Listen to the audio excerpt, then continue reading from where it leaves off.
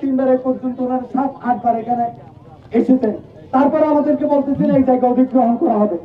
আমাদের এই জায়গা 1 ইঞ্চি জায়গা আর সরকারকে দেব না।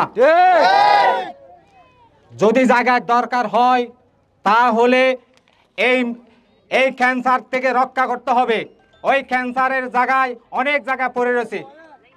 আপনাদের যদি বন্দরের জায়গা প্রয়োজন হয়, তার কয়লা বিদ্যুৎ জায়গা অনেক জায়গা, প্রায় 4000 একর জায়গা ওখানে পড়ে রয়েছে। এবং আমাদের এখানে এই দলগাড়া ইউনিয়নে প্রায় 30,000 মানুষ বসবাস করে। এই 30,000 মানুষের পক্ষ থেকে আর 1 ইঞ্চি জায়গা দেব না। আপনারা ঐক্য হন, আপনারা সুরসার হন। এই নতুন সরকার, এই বিপ্লবী সরকার আমাদের দাবি মেনে নেবে ইনশাআল্লাহ, এই আশা ব্যক্ত করে সকলের সুস্বাস্থ্য কামনা করি। আসসালামু আলাইকুম। স্কুল আছে, কলেজ আছে এবং মাদ্রাসা আছে।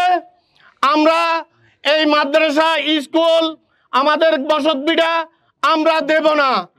আমরা জীবন দিয়ে হলেও আমাদের এই বসতভিটা আমরা যে কোনো প্রকারে রক্ষা করব ইনশাআল্লাহ।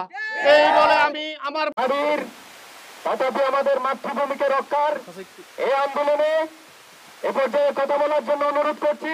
মহেশখালী থানা থেকে বলতেছি, মাতারবাড়ি দলঘাটি ইউনিয়ন থেকে। আমরা এখানে বন্দরা জায়গা দিতে পারবো না।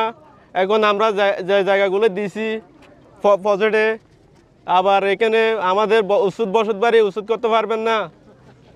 তারপরে আমরা এখানে কোন জায়গায় যাব? আমরা যে টাকাগুলো পাচ্ছি ওই টাকাগুলো দিয়ে আমরা জায়গা কিনতে পারবো না। এখন আমরা ঘর বাড়ি ওষুধ তোলে আমরা কই যাব? আমার শ্বাসবাস সব নষ্ট হয়ে গেছে। এখানে প্রজেক্ট করি, এখানে আমরা বন্দর আর জায়গা দিতে পারবো না। আমরা সব দিয়ে দিছি জায়গাগুলো। এখন আমাদের যে জায়গাগুলো আছে এগুলো থাকতে হবে। সরকারের কাছে দাবি জানাচ্ছি, আমরা ঘর বাড়ি থাকার জন্য দাবি জানাচ্ছি।